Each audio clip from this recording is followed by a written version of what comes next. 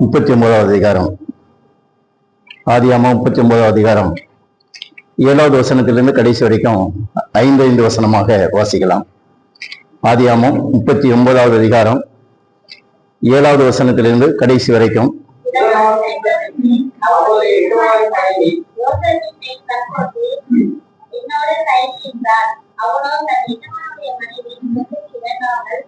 அவரை நோக்கி இதோ வீட்டை எடுத்து நமக்கு உண்டான எல்லாவற்றையும் என் தலையில் ஒப்புவித்தார். இந்த வீட்டில் எதிலும் பெரியவன் இல்லை. நீ அவருடைய மனைவியாய் இருந்தபடியால் உன்னை தவிர வேறொருவரும் அவர் எனக்கு உண்மைக்கு வைக்கவில்லை. இப்ப நான் இத்தனை பெரிய கர்த்தாவுக்கு உடன்பட்டு தேவனுக்கு விரோதமாய் பாவம் செய்வது எப்படி என்றார். அவன் அவன் அவரோடு நைட்டு அவரோடு அமர்ந்திருக்கவில்லை. இப்படி இருக்கும்போதே ஒரு நாள் அவன் தன் வேலையை முடித்துவிட்டு வீட்டுக்கு போனான். வீட்டுக்கு மனிதர்கள் ஒருவர் இருக்கவில்லை. அப்பொழுது அவர் அவருடைய வஸ்திரத்தை பற்றி விட்டு என்னோடு தயங்கி என்றார். அவனும் தன் வஸ்திரத்தை அவர் கையில் விட்டுவிட்டு வெளியே ஓடி போனான்.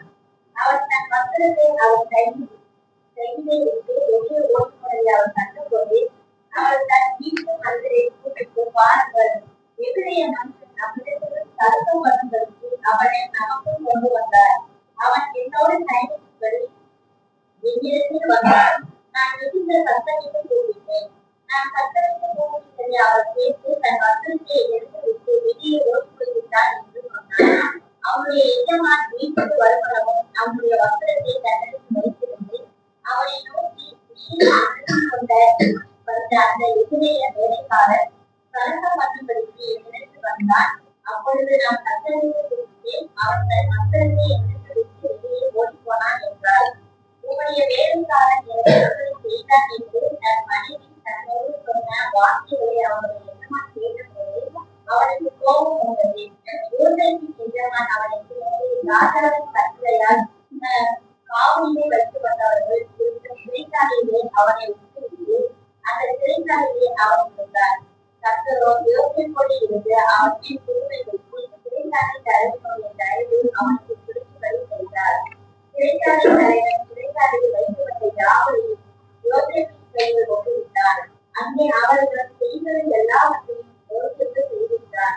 கர்த்தர் அவனோடு இருந்தபடினால் அவன் எதை செய்தானோ அதை கர்த்தர் வாய்க்க பண்ணினபடினாலும் அவன் வாசமாய் இருந்த யாவரையும் குறித்து சிறைச்சாலை தலைவன் விசாரிக்கவில்லை. நாம் வாசித்த இந்த வேத பகுதியில யோசேப்பு என்கிற வாலிபனுடைய வாழ்க்கையில நடந்த சம்பவத்தை நாம் இப்பொழுது வாசித்தோம். இந்த ஆதியாகமம் 37வது அதிகாரத்திலிருந்து 50வது அதிகாரம் வரைக்கும் யோசேப்பு என்கிறதான ஒரு வாலிபனை பற்றிய சம்பவத்தை ஆவியானவர் எழுதி வைத்திருக்கிறார். 17 வயசிலிருந்து 110 வயசு வரைக்கும் இந்த யோசேப்பு எவ்விதமாக தேவனுக்கு முன்பாக நடந்து கொண்டான் என்பதை பற்றி ஆவியானவர் எழுதி வைத்திருக்கிறார். இப்போது நாம் வாசிக்க கேட்ட இந்த 39வது அதிகாரம் 7வது வசனத்திலிருந்து கடைசி வரைக்கும் யோசேப்பு அந்த போத்திப்பாருடைய வீட்டில தேவனுக்கு எவ்விதமாக ஒரு உண்மையுள்ளவனாக வாழ்ந்தான் என்பதை பற்றி இதிலே நாம் படிக்கிறோம். எனவே வாலிப பிள்ளைகள் மற்றும் விசுவாசிகள் எல்லாரும் நம்முடைய வாழ்க்கையில உயர வேண்டும் என்று சொன்னால் முதலாவது நாம் தேவனுக்கு உண்மையுள்ளவர்களாக இருக்க வேண்டும். யோசேப்பு ஒரு ஆடு மேய்க்கிற பையன்தான். அவனுக்கு முன்னாலே 10 பேர் இருக்கிறார்கள். இவன் 11வது நபர் தன்னுடைய தகப்பனாருக்கு. ஆனால் இந்த 11வது மகனாக இருந்தாலும் ஆடு மேய்க்கிறவனாக இருந்தாலும் ஆண்டவருக்கு உண்மையுள்ளவனாக இருந்தபடினாலே ஆண்டவர் அவனை எகிப்து தேசத்தில ராஜாவுக்கு அடுத்த ஸ்தானத்தில் என்ன செய்தார் என்று கேட்டால் உயர்த்தினார். அதற்கு காரணம் அவன் தேவனை கனப்படுத்தினான், தேவன் அவனை கனப்படுத்தினார். எனவே நம்முடைய வாழ்க்கையிலும் கூட படிப்பு, அறிவு, திறமை, சாமர்த்தியம் இவைகள் எல்லாம் இருந்தாலும் இது நம்மை உயர்த்தாது. நம்மை உயர்த்துகிறவர் யார் என்று கேட்டால் தேவன் தான். அப்ப தேவன் நம்மை உயர்த்த வேண்டும் என்று சொன்னால் நாம் தேவனுக்கு உண்மையாக இருக்க வேண்டும், தேவனை கனப்படுத்த வேண்டும். அதற்கு பைபிளில் ஏராளமான சாட்சிகள் இருக்கிறார்கள். எனவே அதிலே ஒரு நபர் தான் இந்த யோசேப்பு. எனவே நம்முடைய கிறிஸ்தவ வாழ்க்கையில இந்த வேத பகுதியின்படி நாம் உண்மையுள்ளவர்களாக இருக்க வேண்டும். நீங்க பைபிள் படிக்கிற சமயத்துல உலக பிரகாரமான மனுஷனாக இருந்தாலும் ஆவிக்குரிய விசுவாசிகளாக இருந்தாலும் மனிதர்கள் விழுந்து போவதற்கு 2 காரணம் இருக்கிறது. அதுல ஒண்ணு என்னன்னு கேட்டீங்கன்னா பணம். இன்றைக்கு இந்த பணத்தினாலே, பொருளினாலே, சொத்துனாலே உலகத்திலேயும் பல விதமான பிரச்சனைகள், அதே போல ஆவிக்குரிய வாழ்க்கையிலும் பின்வாங்கி போகிற நிலைமை. 2வது என்னன்னு கேட்டீங்கன்னா பாலியல் பாவம். உலக மனுஷனுடைய வீழ்ச்சிக்கும் விசுவாசிகளுடைய வீழ்ச்சிக்கும் நீங்கள் பைபிள் படிப்பீர்கள் என்று சொன்னால், ஆவிக்குரிய விசுவாசிகள், தேவனுடைய ஊழியக்காரர்கள், தேவனுடைய மனிதர்கள் விழுந்து போனதற்கு, பின்வாங்கி போனதற்கு முதல் காரணம் பணம், 2வது காரணம் பாலியல் பாவம். இந்த 2 விஷயத்துல நீங்க உண்மையா இருந்தா தான் ஆண்டவர் உங்களை உயர்த்த முடியும், ஆண்டவர் உங்களை ஆசீர்வதிக்க முடியும். ரட்சிக்கப்பட்டு இருந்தாலும் இதில் உண்மை இல்லாதவர்களாக இன்றைக்கு அநேகர் இருக்கிறார்கள். அவையினால்தான் வாழ்க்கையிலே உயர்வு இல்லை. அவருடைய வாழ்க்கையில உலக பிரகாரமான உயர்வு இருக்கிறது போல இருந்தாலும் அதுல சமாதானம் கிடையாது, சந்தோஷம் கிடையாது. அவர்கள் நாள்தோறும் தங்கள் இதயத்திலே பாதிக்கப்படக்கூடியவர்களாகத்தான் இருப்பார்கள். எனவே யோசேப்பு இந்த 2 விஷயத்திலே, இந்த பாலியல் ரீதியான காரியத்தில அவன் உண்மையுள்ளவனாக இருந்தான் என்பதைத்தான் இப்பொழுது வாசிக்க கேட்ட இந்த வேத பகுதியிலே ஆவியானவர் வெளியிட்டிருக்கிறார். எனவே இந்த 2லும் நாம் உண்மையுள்ளவர்களாக இருக்க வேண்டும். ஒரு புத்தகத்திலே வாசித்த ஒரு சம்பவம், ஒரு ஜோடி என்ன செய்தார்கள் என்று கேட்டால், காரில் உல்லாச பயணமாக அவர்கள் சில சுற்றுலா ஸ்தலங்களுக்கு போனார்கள். அப்படி போகிற வேளையில ஒரு ஹோட்டல்ல அவர்கள் காலையில சாப்பிட்டார்கள். அவர் காலையில சாப்பிட்ட பிறகு மத்தியானத்துக்காக சாப்பாடு வாங்கி கொண்டு அவர்கள் காரில் புறப்பட்டு போனார்கள். அப்படி ரொம்ப தூரம் போயிட்ட பிறகு அவர்கள் என்ன செய்யார்கள் என்று கேட்டால், அந்த மத்தியான சாப்பாட்டுக்காக வாங்கின அந்த உணவை பிரித்து பார்க்கிற வேளையில அதில் உணவுக்கு பதிலாக அங்கே பணம் இருந்தது. அந்த டேபிள்ல பேங்க்ல கட்டுவதற்காக வைத்திருந்த அந்த பணம் உள்ள கேரி பேக்கு, அந்த பார்சல் சாப்பாடு கேரி பேக்கை கொடுப்பதற்கு பதிலாக அவர் என்ன செய்து விட்டார்கள் என்று கேட்டால், அந்த பணம் இருக்கிற கேரி பேக்கை கொடுத்து விட்டார்கள்.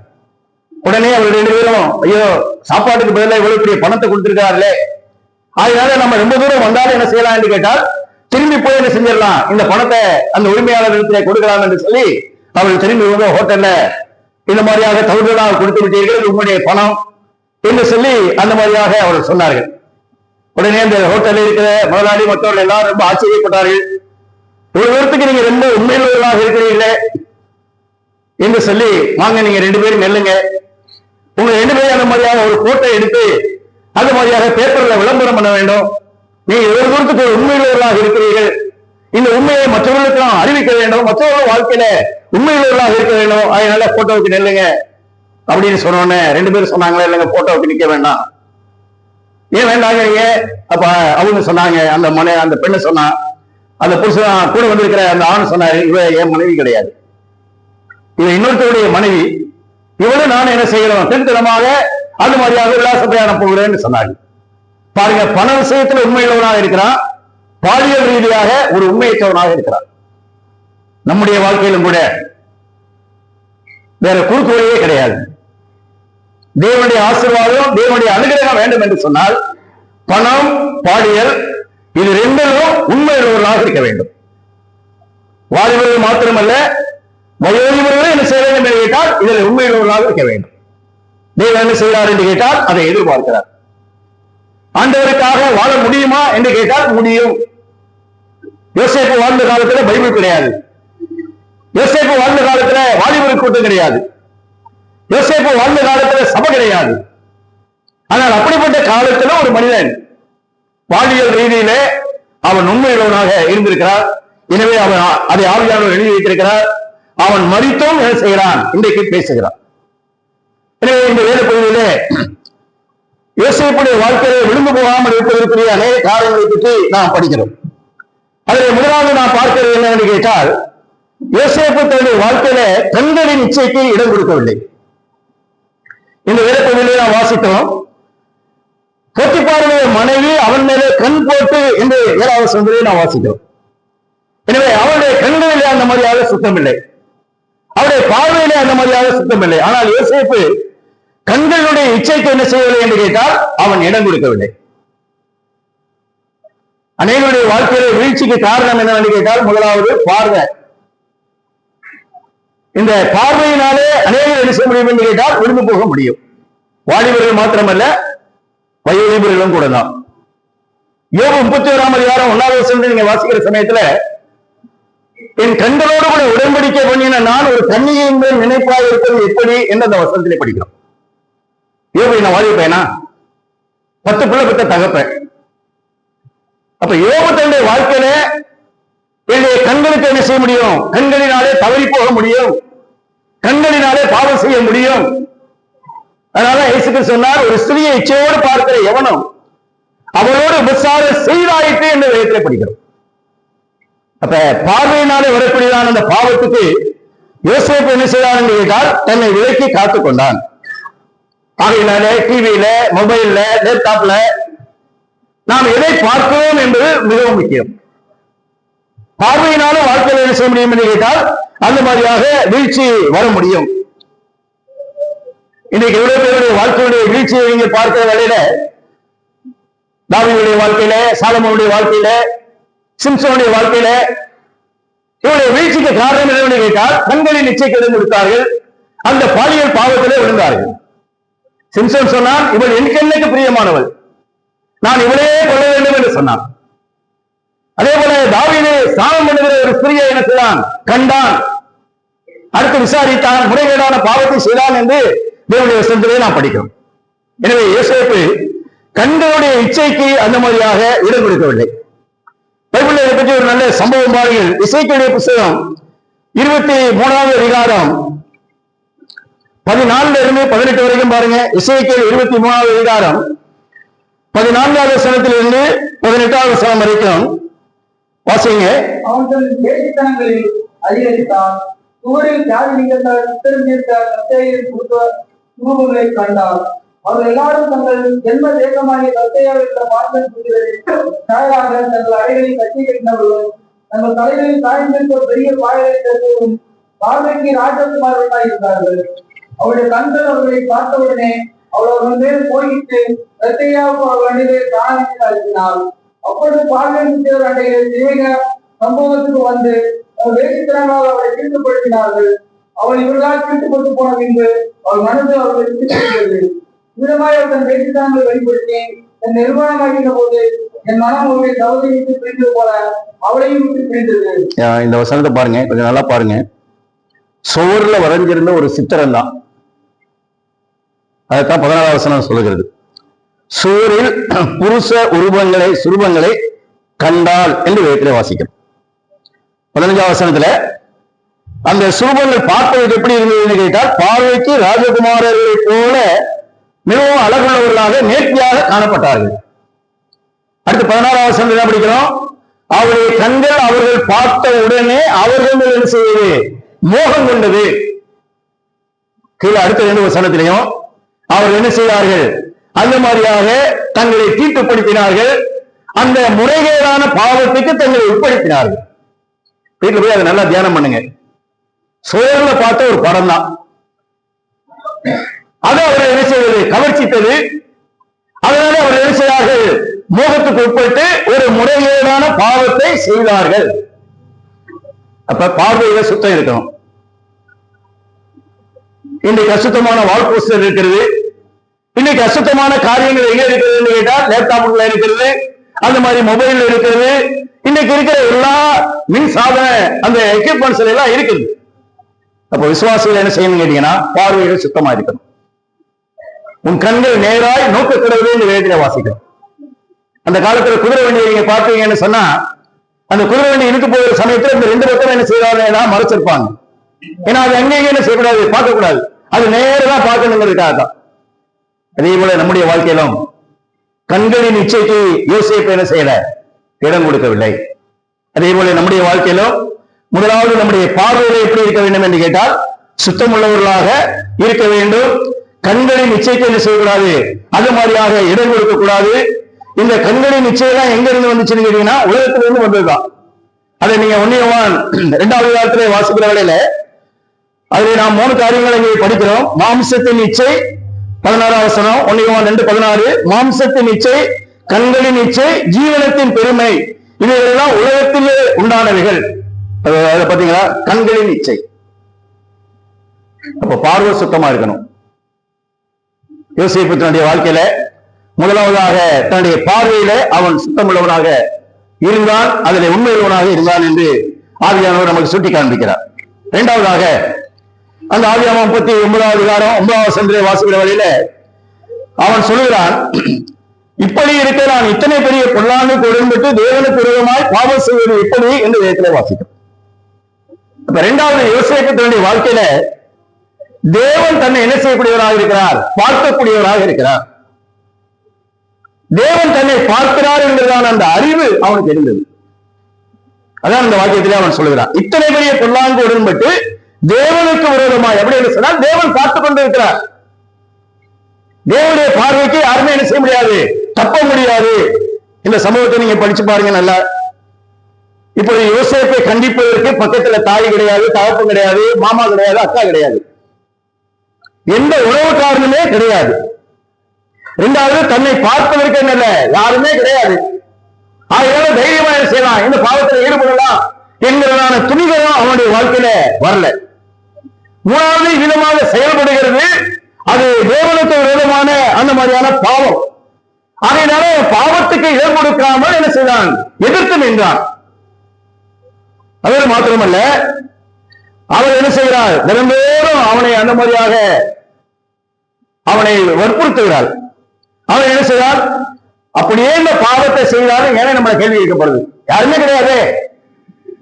அப்படி என்றெல்லாம் செய்வதற்கு, பாவம் செய்வதற்கு அந்த நல்ல சந்தர்ப்பம் சூழ்நிலை யோசேப்புடைய வாழ்க்கையில இருந்தாலும் யாரும் என்னை பார்க்கல, யாரும் கேள்வி கேட்க முடியாது.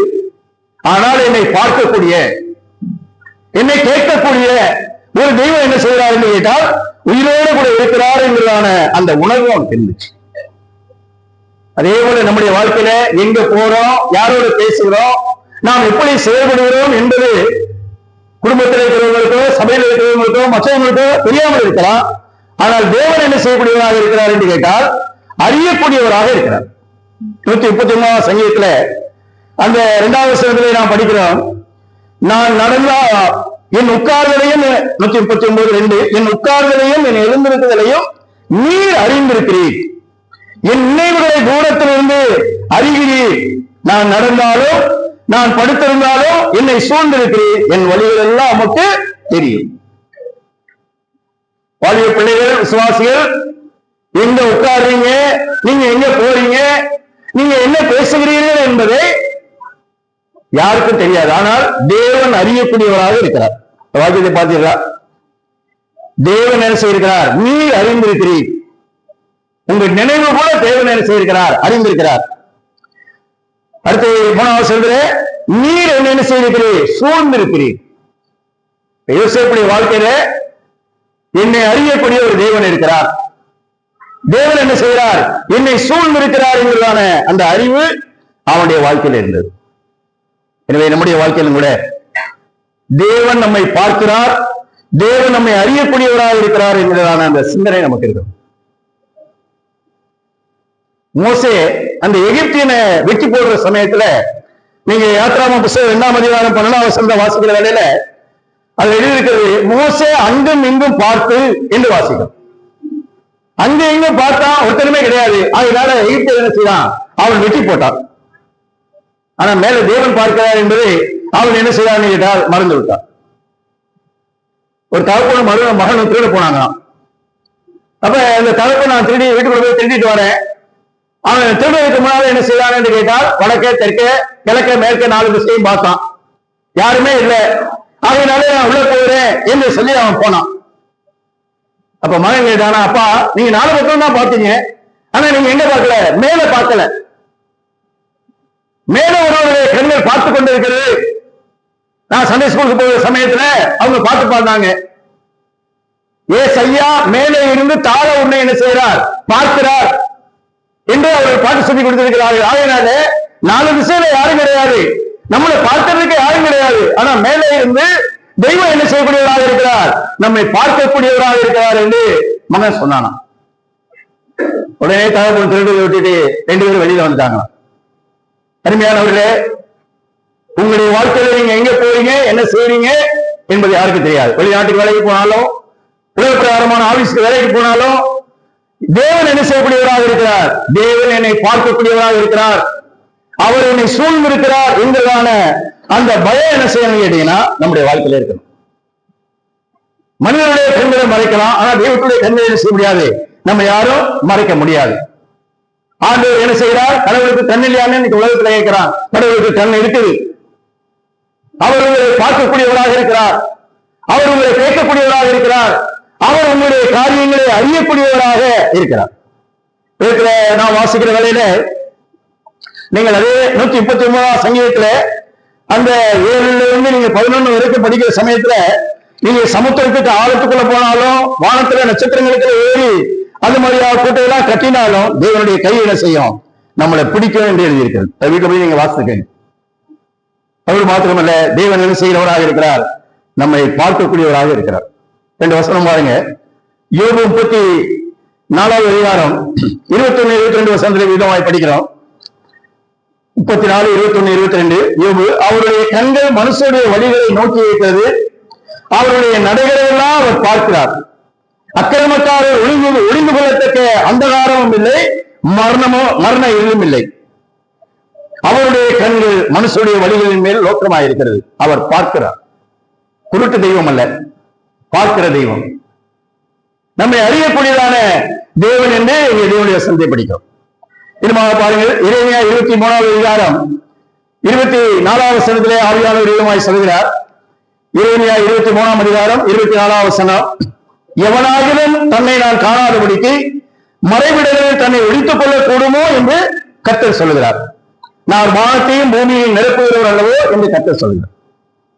ஆண்டவருக்கு என்ன செய்ய முடியாது? மறைக்க முடியாது. ஒண்ணு, யோசேப்பு கண்களை நிச்சயிக்க இடம் கொடுக்கல. 2, தேவன் தன்னை பார்க்கிறார் என்கிறதான அந்த அறிவு அவனுக்கு இருந்தது.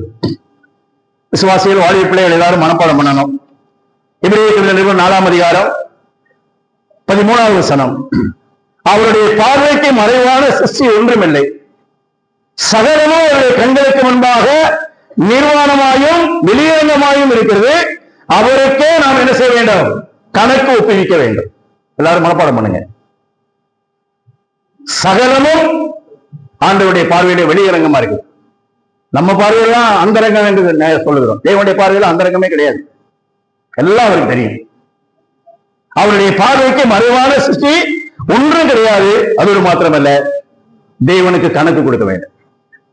தேவன் ஒரு நாள் கணக்கு கேட்பார் என்கிறதான அந்த சிந்தனை யோசேப்புடைய வாழ்க்கையில இருந்து. 2வதாக, யோசேப்பு தேவன் தன்னை பார்க்கிறார் என்கிறதான அந்த அறிவு அவனுக்கு இருந்தது.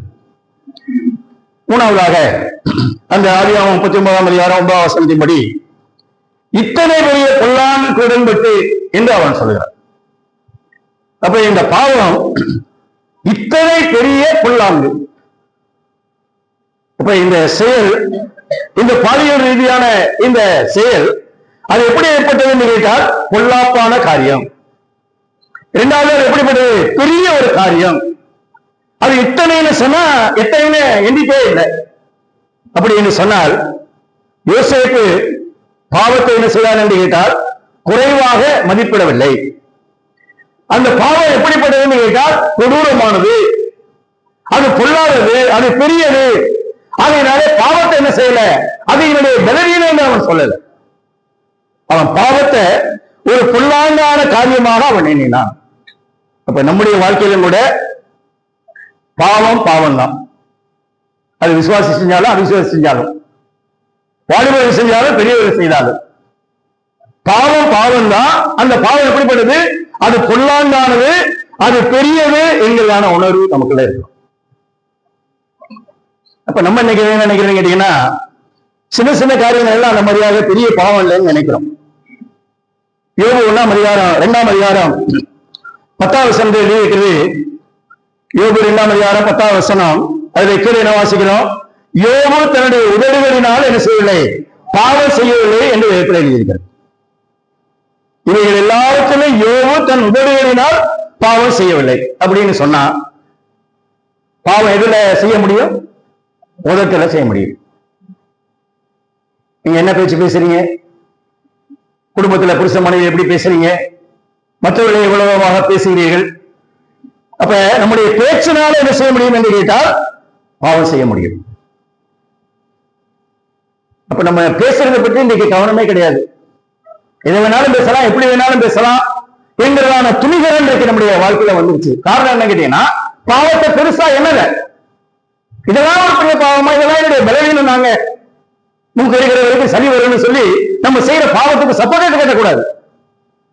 ரட்சிக்கப்பட்ட பிறகு என்னுடைய பேச்சில கூட என்ன இருக்கணும், உண்மை இருக்கணும். யோபு தன் உதடுகளினாலே பாவம் செய்யவில்லை. சொத்தும் போச்சு, பிள்ளைகளும் போச்சு, சரீரத்துல கொடிய பருக்கள், வியாதி. உதட்டால கூட தெய்வத்தை என்ன செய்யல, குறை சொல்லல, தெய்வத்தை நிந்திக்கல, தெய்வத்துக்கு எதிரையான விரோதமாக என்ன செய்யல, அவன் பேசல. நீங்க 59ஆம் சங்கீதம் 12ஆம் சங்கீதம் வாசிக்கிற வேளையில அவருடைய உதடுகளுடைய பேச்சு அவருடைய நாவினுடைய பாவமாக இருக்கிறது என்று எங்களுடைய சங்கீதம் வாசிக்கும். 59:12 அவருடைய உதடுகளின் பேச்சு அவருடைய வாயின் பாவமாக இருக்கிறது என்று வாசிக்கும். அப்ப உதடுகளுடைய பேச்சு வாயினுடைய பாவம். வாயில பாவம் செய்றீங்களா, உதட்டுல பாவம் செய்றீங்களா, என்ன பேசுறீங்க,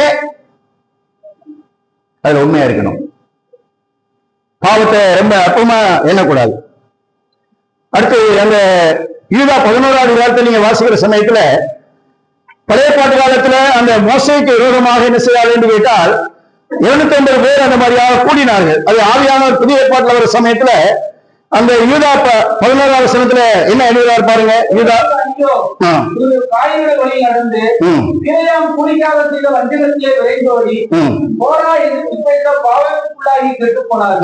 கோரா எதிர்த்து பேசின பாவத்துக்குள்ளாக கெட்டு போனார்கள். எதிர்த்து பேசுறீங்களா?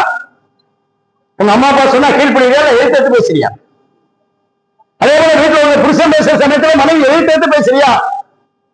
அது பாவம். அதான் இங்க எழுதி கோரா எதிர்த்து பேசின பாவம். அப்ப எதிர்த்து பேசுறது பாவம். உதட்டினால பாவம் செய்ய முடியும், வாயினால பாவம் செய்ய முடியும். இதனால என்ன செய்வார்கள், கெட்டு போனார்கள், வாழ்க்கையை கெடுத்துட்டாங்க. எதனால? பேச்சினால. கவலத்தன் வாயாலை கெடுன்னு சொல்லுவாங்க.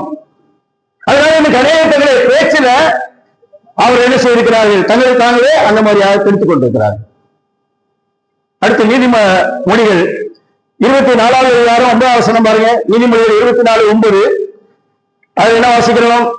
தீய நோக்கம் பாவமாம் என்று எழுதியிருக்கிறது. நம்முடைய மோட்டிவ், நம்முடைய நோக்கம், ஒரு தீமையான நோக்கம் இருக்கும் என்று சொன்னால் அதுவே என்ன கேட்டீங்கன்னா அந்த மாதிரியாக பாவம் என்று தேவனுடைய வசனத்தை படிக்கும். அப்ப 3வது, யோசேப்பு பாவத்தை ஒரு பலவீனமா நினைக்கல. பாவம் கொடுமையானது, அது பொல்லாங்கானது. அதனால பாவத்துல சின்ன பாவம் பெரிய பாவம் கிடையாது. 5 ரூபா திருடுனாலும் திருடுதான், 5 லட்சம் திருடுனாலும் திருடுதான். அதனால நம்ம பாவத்தை அளக்கிறது நம்ம காரியம் இல்லை. இதெல்லாம் ஒரு சாதாரண சின்ன காரியம் தான் பிரதர், இதெல்லாம் விட்டுருங்க அப்படின்னா சொல்ல முடியாது. பாவம் பாவம் தான். எனவே வேதம் அதை நமக்கு சுட்டி காண்பிக்கக்கூடியதாக இருக்கிறது. பாருங்க, உலக பிரகாரமான நிலைமையில ஒருத்தர் பெரிய ஒரு மரத்துல மோதினாருன்னு செத்து போயிட்டாருன்னு சொல்றது இல்லை. ஒரு மரத்துடைய வேறு தட்டி விடுச்சுக்க இருந்தா செத்து போயிட்டாரு. அடுத்த பெரிய ஒரு பாறையில போய் மோதினாரு செத்து போயிட்டாரு இல்ல. ஒரு சின்ன கல்லு தடுக்கி விடுச்சுங்க கீழே இருந்தாரு செத்து போயிட்டாரு. பாருங்க, ஒரு சின்ன கல்லு, ஒரு சின்ன மரத்துடைய வேறு ஒரு மனுஷனே சாகடிச்சிருச்சு. அதே போலதான் நம்ம செய்யறதான ஒரு சின்ன பாவமாக இருந்தாலும், சின்ன பேச்சாக இருந்தாலும், எதிர்த்து வைக்கிற காரியமாக இருந்தாலும், நம்முடைய நோக்கமாக இருந்தாலும் அதை எப்படிப்படுவது கேட்டால் நம்முடைய வாழ்க்கையை பாழாக்கிடும். அதனால பாவத்தை யாரும் லேசா எண்ணாதீங்க.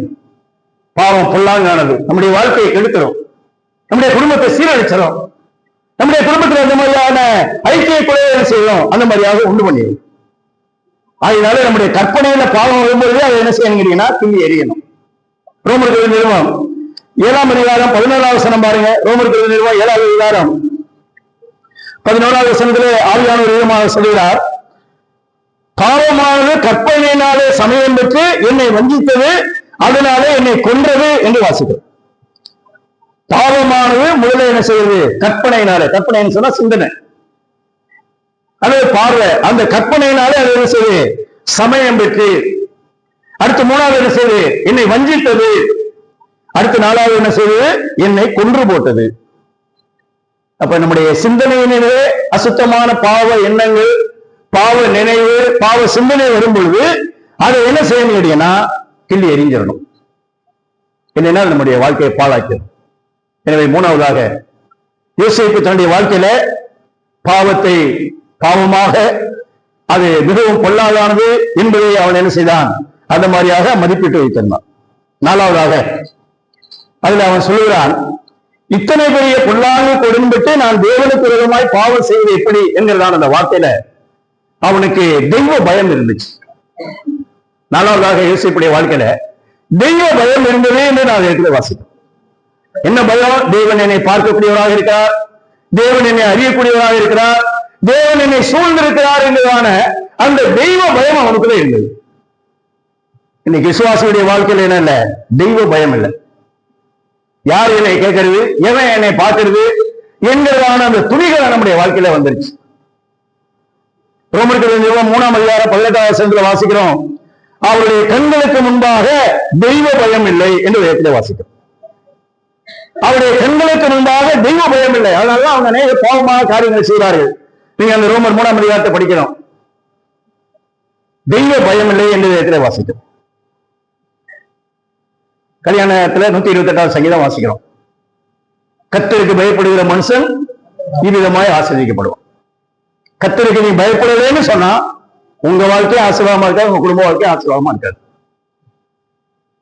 கர்த்தருக்கு பயப்படுகிறவன் விதமாய் ஆசீர்வதிக்கப்படுவான்.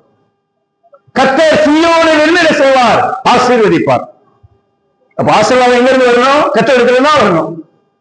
சீயோனில் இருக்கிற தெய்வம் தான் உங்களை ஆசீர்வதிக்க முடியும். மாமனார் வீட்டுல இருந்து கொடுக்கிற சீதனமோ, மாமனாருடைய சொத்தோ, அல்லது உங்க அம்மா அப்பா சேர்த்து வச்சிருக்கிற சொத்தோ உங்களை ஆசீர்வதிக்க முடியாது. செக்களவு தங்கம் இருந்தாலும் செதுக்கி திங்க போடாதுன்னு சொல்லுவாங்க. ஆண்டவருடைய அனுகிரகம், ஆண்டவருடைய கிருபை, தெய்வத்துடைய உதவி இல்லாம நீங்க ஆசீர்வதிக்கப்பட முடியாது. அப்ப கர்த்தர் தான் உங்களை ஆசீர்வதிக்கிறவர். கர்த்தர் சீயோனில் இருந்தே உங்களை ஆசீர்வதிக்க முடியும். அப்ப கர்த்தர் ஆசீர்வதிக்கிறதா நீங்க என்ன செய்யணும்? கர்த்தருக்கு பயப்படணும். அப்ப யோசேப்புடைய வாழ்க்கையில ஆடு மேய்க்கிறவன் 17 வயசுல இருந்து அவன் 30வது வயசுல எகிப்தியருடைய அரண்மனைக்கு போய் 110 வயசு வரைக்கும் அரண்மனையில சேவை பண்ணுவதற்கு காரணம் என்ன? தெய்வ பயம். கர்த்தருக்கு பயப்படுகிற பயம் யோசேப்புடைய வாழ்க்கையில இருந்தது. கர்த்தருக்கு பயப்படுதல் என்றால் என்ன அப்படின்னு ஒரு கேள்வி கேளுங்க. கர்த்தருக்கு பயப்படுகிற பயம் என்றால் என்ன? அதுக்கு பதில் நீதிமொழிகள் 8ஆம் அதிகாரம் 13ஆம் வசனம் பாருங்க. நீதிமொழிகள் 8ஆம் அதிகாரம் 13ஆம் வசனம், தீமையை இருப்பதே கர்த்தருக்கு பயப்படுகிற பயம். நீங்க கர்த்தருக்கு பயப்படுகிறீங்கன்னு சொன்னா தீமை என்ன செய்யணும்? வெறுக்கணும். தீமை பேசக்கூடாது, தீமை செய்யக்கூடாது, தீமையான செயல்களை என்ன செய்யக்கூடாது, ஈடுபாடு கொள்ளக்கூடாது. அதே நீதிமொழிகள் 16ஆவது அதிகாரம் 6ஆவது வசனம் பாருங்க, கிருபையினாலும் சத்தியத்தினாலும் பாவம் நிவர்த்தி ஆகும், கர்த்தருக்கு பயப்படுவதனால் மனுஷர் தீமையை விட்டு விலகுவார்கள். கர்த்தருக்கு பயப்படுவதனால் மனுஷர் தீமையை விட்டு விலகுவார்கள், தீமையை வெறுப்பதே கர்த்தருக்கு பயப்படுகிற பயம். இன்னைக்கு தீமையை விட்டு விலகாம இருக்கிறது காரணம் என்னன்னா தெய்வ பயம் இல்லை. நான் தீமைதான் செய்வேன், தீமைதான் பேசுவேன், ஏன்னா என்னை கேட்கிறது அப்படின்னு பேசுறதுக்கு சொல்றதுக்கு காரணம் என்ன கேட்டீங்கன்னா தெய்வ பயம் இல்லை. எனவே யோசேப்பு தன்னுடைய வாழ்க்கையில அவன் தேவனுக்கு பயப்படுகிறவனாக இருந்தான். உமக்கு பயப்படும் பயத்தால் என்னுடைய உடம்பு என்ன செய்து சிலிர்க்கிறது என்று சொல்லி 110ஆம் சங்கீதத்தில் படிக்கிறோம். பொல்லாங்கை விட்டு விளைவுங்கள் என்றல்ல, பொல்லாங்காய் தோன்றுகிற எல்லாவற்றையும் விட்டு விளைவுங்கள் என்று சொல்லி அந்த 1 தெசலோனிக்கர் 5:22 படிக்கிறோம். பொல்லாங்கை விட்டு விளைவுங்கள் அல்ல, பொல்லாங்கான தோற்றத்தை எது நமக்கு காண்பிக்கிறதோ அதெல்லாம் என்ன செய்யணும்? விட்டு விலகணும். எனவே யோசேப்பு தேவனுக்கு பயப்படக்கூடியவனாக இருந்தான். ஆகவே நம்முடைய கிறிஸ்தவ வாழ்க்கையில தெய்வ பயம் மிகவும் அவசியம். குடும்ப வாழ்க்கை, நம்முடைய தனிப்பட்ட வாழ்க்கை, நம்முடைய எதிர்கால வாழ்க்கை ஆசீர்வதிக்கப்படணும்னு சொன்னா தேவனுக்கு என்ன செய்யணும்? பயப்படணும். யாத்ராம புஸ்தகம் அந்த 1வது அதிகாரத்தை நீங்க படிக்கிற சமயத்துல அந்த எபிரேய மருத்துவச்சியுடைய குடும்பங்களை தேவன் என்ன செய்தார் என்று கேட்டால் தலைக்கும்படி செய்தார் என்று அந்த வேத வாக்கியத்திலே எழுதியிருக்கிறது. பாருங்கள், அந்த யாத்ராம 1வது அதிகாரம் 17ஆம் வசனத்துல மருத்துவச்சிகள் தேவனுக்கு பயந்ததினால். அடுத்து 20ஆம் வசனம், இது நிமித்தம் தேவன் மருத்துவச்சிகளுக்கு நன்மை செய்தார், அடுத்து 20 வசனம், மருத்துவச்சிகள் தேவனுக்கு பயந்ததினால் அவருடைய குடும்பங்கள் தலைக்கும்படி செய்தார். எகிப்தில் பிறக்கிற எபிரேயர்களுக்கு பிறக்கிற ஆண் பிள்ளைகள் எல்லாம் கொன்று போடணும், ராஜாவுடைய கட்டளை. ஆனா அவங்க ராஜாவுக்கு பயப்படல, தேவனுக்கு பயந்தாங்க. ஒரு பிள்ளையை கொண்டு போடுறது கொலை செய்யறதுக்கு சமானம். ஆகையினால அவர்களுக்கு தேவனுக்கு பயந்ததுனாலே என்ன செய்யல, அந்த பிள்ளைகள்லாம் கொண்டு போடல. 20 படிக்கிறோம், இது நிமித்தம் ஆண்டவருக்கு பயந்து ஆண் பிள்ளைகளை கொண்டு போடாத நிமித்தம் தேவன் என்ன செய்தார், நன்மை செய்தார். 21 தேவனுக்கு பயந்ததினால் அவருடைய குடும்பங்கள் தலைக்கும்படி செய்தார். உங்க குடும்ப வாழ்க்கை, உங்களுடைய ஆவிக்குரிய ஜீவியம் பட்டு போகாம தலைக்கணுமா? தேவனுக்கு பயப்படுங்க. தேவனுக்கு பயப்படுதுன்னு சொன்னா உங்க குடும்பம் தலைக்காது. உங்க குடும்பம் பட்டுதான் போகும், அமெரிக்காவில் போய் சம்பாதிச்சாலும். தேவனுக்கு பயந்ததினாலே அவருடைய குடும்பங்கள் தலைக்கும்படி செய்தார். எனவே தெய்வ பயம் ரொம்ப அவசியம். யோசேப்புடைய வாழ்க்கையில அவனுக்கு தெய்வ பயம் இருந்ததாக நாம் வாசிக்கிறோம். எனவே அதை அந்த வாக்கியத்திலே 9 வசனம் அதான் சொல்லுகிறது. இத்தனை பேர் பொல்லாங்குக்கு உடன்பட்டு நான் தேவனுக்கு விரோதமாக பாவம் செய்வது எப்படி? பாவத்தை பெருசா என்னன்னா, அடுத்து தேவனுக்கு என்ன செய்தான், பயந்தான். அடுத்து என்ன படிக்கிறோம்? 5வதாக அந்த 9 வசனத்துல, இத்தனை பெரிய பொல்லாங்குக்கு உடன்பட்டு நான் தேவனுக்கு விரோதமாய் பாவம் செய்வது எப்படி? அப்ப பாவம் யாருக்கு விரோதமானது? தேவனுக்கு விரோதமானது. அதை நல்லா தெரிஞ்சுக்கிறோம். பாவம் யாருக்கு விரோதமானது? தேவனுக்கு விரோதமானது. சபையாருக்கு விரோதமானது இல்லை, ஊழியக்காரருக்கு விரோதமானது இல்லை, புருஷனுக்கு விரோதமானது இல்லை, மனைவிக்கு விரோதமானது இல்லை, பிள்ளைகளுக்கு விரோதமானது, தேவனுக்கு விரோதமானது. நீங்க செய்யற பாவம் எதுவா இருந்தாலும், அது உங்களுடைய பேச்சாக இருந்தாலும், உங்களுடைய நோக்கமாக இருந்தாலும், அது தேவனுக்கு விரோதமானது. அந்த சிந்தனை நம்முடைய வாழ்க்கையில் இருக்கணும். தேவனுக்கு விரோதமாய் பாவம் செய்வது எப்படி? பாவம் செய்வதற்கு நல்ல சூழ்நிலை. ஆனால் இந்த பாவத்தை செய்கிறது இது யாருக்கு விரோதமானது? போத்திபாருக்கு விரோதமானது இல்லை, இது தேவனுக்கு விரோதமானது. இப்ப நம்முடைய வாழ்க்கையிலும் பாவம் யாருக்கு விரோதமானது என்று கேட்டா, தேவனுக்கு விரோதமானது என்கிறதான அந்த உணர்வு நம்முடைய வாழ்க்கையில் இருக்கு. நீங்க செய்யற பாவம் எல்லாமே யாருக்கு விரோதமானது என்றால் தேவனுக்கு விரோதமானது. தாவீது பாவம் செஞ்ச உடனே 51வது சங்கீதத்துல தன்னுடைய பாவ அறிக்கையை அவர் வெளியரங்கமா எழுதி வச்சிருக்கிறார். அதுல நான் பார்க்கிற அந்த 51வது சங்கீதத்துல 4வது வசனத்துல நாம் விதமாய் படிக்கிறோம்,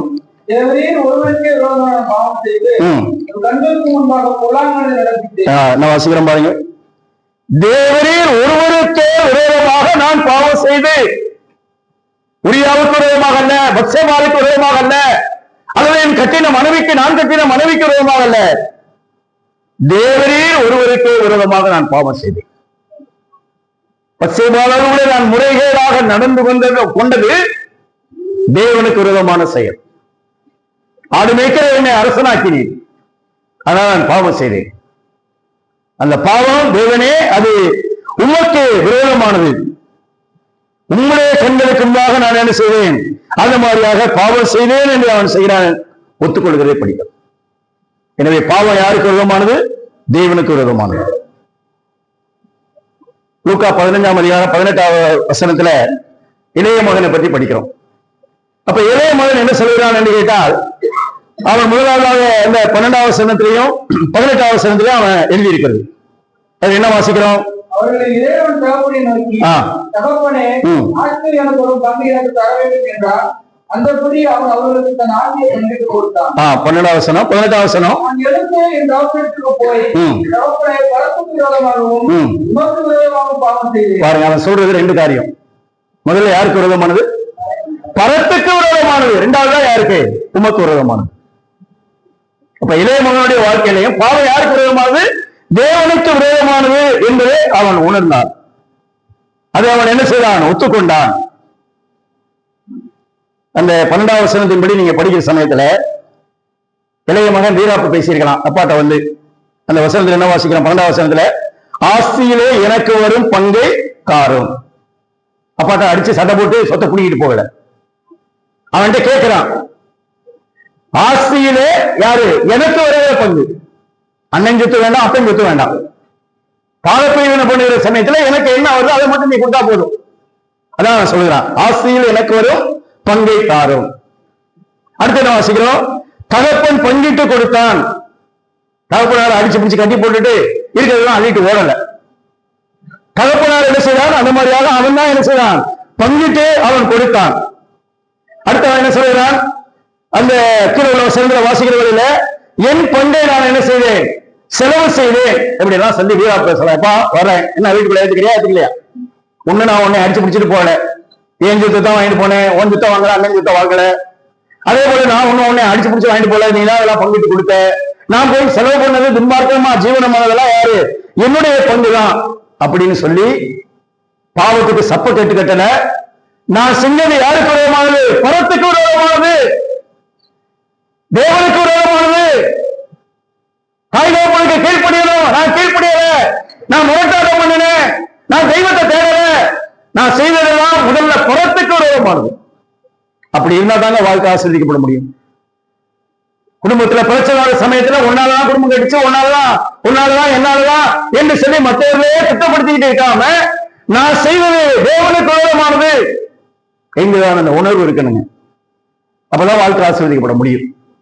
இன்றைக்கு நம்ம என்ன செய்யறோம்? பாவத்துக்கு சப்ப கட்டி கட்டுறோம். அவன் சொன்னா அதனால நானும் சொன்னேன், அவன் பேசுறான், நான் என்ன செய்யறேன்? அடிச்சேன். அவன் என்ன விரோதமா பேசுறான், மாமியார் குடும்பப்படுத்துறாங்க, நான் படித்துக்கிட்டு என்ன செய்ய எங்க அம்மா வீட்டுக்கு போனேன். இது ஒழுங்கு இல்லை. நீங்க செய்ய வேண்டிய காரியம் நியாயமாக இருந்தாலும் இது தேவனுக்கு விரோதமானது. இளையமான ஒத்துக்கிட்டான். நான் செஞ்சது தேவனுக்கு விரோதமானது. இரண்டாவது, உமக்கு முன்பாக என்ன செய்வேன்? நான் பாவம் செய்வேன் என்று. பாவம் யாருக்கு விரோதமானது என்று கேட்டால் தேவனுக்கு விரோதமானது. அருமையானவர்களே, மீதமுள்ள அடுத்த செக்ஷன்ல பார்க்கலாம். யோசேப்பு தன்னுடைய வாழ்க்கையில உண்மையுள்ளவனாக இருந்தான். வாழ்க்கையில வீழ்ச்சி ரெண்டு காரியத்துல, பணம், பாலியல். கண்களில் நிச்சயக்கு இடம் கொடுக்கல. தேவன் தன்னை பார்க்கிறார் என்கிறதான அறிவு அவனுக்கு இருந்தது. பாவம் மிகவும் பொல்லாதது. அதே போல அவனுடைய வாழ்க்கையில தேவ பயம் இருந்தது. ஐந்தாவது, பாவம் யாருக்கு விரோதமானது? தேவனுக்கு விரோதமானது என்கிறதான அந்த சிந்தனை யோசேப்புடைய வாழ்க்கையில இருந்தது. ஆகையினாலே யோசேப்பு ஆசீர்வதிக்கப்பட்டார். எனவே நம்முடைய வாழ்க்கையிலும் கூட இந்த 2026 வருஷத்துல இருந்து ஆண்டவர் என்னை வாழ அனுமதிக்கிற காலம் வரைக்கும் போனது போட்டோம். ஆண்டவரே, நான் உண்மையாக இருப்பேன். மரண பரியந்தம் உண்மையாயிரு. உண்மையில மனுஷன் வாழ்க்கையில் என்ன செய்வான்? உயர்த்தப்படுவான். ஆண்டவரே, நான் உண்மையாக இருக்க வேண்டும். இரண்டாவது, யார் என்னையும் பார்க்கவில்லை, தேவனே நீர் என்னை பார்க்கக்கூடியவராக இருக்கிறீர், நீர் என்னை சூழ்ந்திருக்கிறீர், நீர் என்னை அறிந்திருக்கிறீர், உங்களுடைய கண்களுக்கு மறைவான சிச்சை ஒன்றுமில்லை என்கிற தெய்வம் பார்க்கிறார் என்கிறதான் அந்த அறிவு. என் வாழ்க்கையில பாவத்தை பாவமாக நான் மதிப்பிட வேண்டும். அது என்னுடைய பலவீனம் என்று சொல்லக்கூடாது. பாவத்துல பெரிய பாவம் கிடையாது, சின்ன பாவம் கிடையாது. அதோடு மாத்திரமல்ல, தெய்வ பயம் என்னுடைய வாழ்க்கையில் இருக்கணும். நான் என்னுடைய பிள்ளைகளுடைய வருங்கால சந்ததியும் ஆசீர்வதிக்கப்பட வேண்டும் என்று சொன்னால் நீதான் என்னை ஆசீர்வதிக்க வேண்டும். கர்த்தருக்கு பயப்படுகிற மனுஷன் தான் இவ்விதமாய் ஆசீர்வதிக்கப்படுவான். எனவே தெய்வ பயத்தோடு விட நானே, என்னுடைய குடும்பமும், என்னுடைய வம்சமும் அந்த மாதிரியாக தலைக்க வேண்டும். தேவனுக்கு பயந்ததுனாலே குடும்பங்கள் தலைக்கும்படி செய்தார். வாழ்க்கையை தலைக்கணுமா, குடும்பம் தலைக்கணுமா, தேவனுக்கு பயப்படுங்க. அடுத்த ஐந்தாவதாக, நாம் செய்கிற தவறு மனிதனுக்கு விரோதமானதல்ல, அது தேவனுக்கு விரோதமானது. அதை யோசிப்பு தன்னுடைய வாழ்க்கையில உணர்ந்து அவன் அதையெல்லாம் சொல்லுகிறார். அடுத்த மீதமுள்ள காரியத்தை அடுத்ததுல பார்க்கலாம். அதனால் அருமையானவர்களே, ஒரே வாழ்க்கை, கொஞ்ச கால வாழ்க்கை. இதை நம்ம தான் இன்னைக்கு புதுசா பைபிள் எடுத்துட்டு வந்துட்டு நினைக்காதீங்க. பைபிள் இல்லாத காலத்துல வாழ்ந்திருக்கிறான் யோசேப்பு. நாமும் வாழ முடியும். நம்ம வாழ்வதற்காகத்தான் இந்த பைபிள். இந்த வேத வசனம் எதற்காக? 111 வசனத்தின்படி, நான் உமக்கு விரோதமாய் பாவம் செய்யாதபடிக்கு உங்களுடைய வாக்கை என்ன செய்வேன்? என்னுடைய இருதயத்திலே வைத்து வைத்து. பைபிள் எதற்காக? பாவம் செய்யாம இருக்கிறதுக்காக. இயேசு கிறிஸ்து ஏற்காக சிலுவையிலே பாடுபட்டு உயிர் கொடுத்து இரத்தம் சிந்தி பாவத்தை மன்னித்தார். பாவம் செய்யாம பரிசுத்தமுள்ள வாழ்க்கை வாழ்வதற்காக. அவர் பரிசுத்தம் உள்ளவர், அவர் உண்மையுள்ளவர். ஆகவே நம்முடைய வாழ்க்கையில என்ன செய்யணும்? அவரை போல வாழும்படியாக அழைக்கப்பட்டிருக்கிறோம். எனவே அந்த சிந்தனையோடு கூட நீங்கள் நானும் ஆண்டவருக்காக வாழ்ந்தவருடைய நாமத்தை மேம்படுத்துவோம். கர்த்தர் நமக்கு வெளிப்படுத்தி காண்பித்த இந்த தெய்வீக சத்தியங்களுக்கு நாம் உண்மையுள்ளவர்களாக வருங்காலத்தில் அவருடைய கிருபையில வசனத்துக்கு, அவருடைய வல்லமையில ஆவியானவருக்கு நம்மை தாழ்ச்சி ஒப்புக் கொடுத்து ஆண்டவருக்கு மகிமையாக அநேக ஆசீர்வாதமாக ஜீவிக்கத்தக்கதான வகையில கர்த்தர் தாமே இந்த வசனங்களை நமக்கு ஆசீர்வித்து தம்முடைய நாமத்தை மேம்படுத்துவாராக. ஆமென்.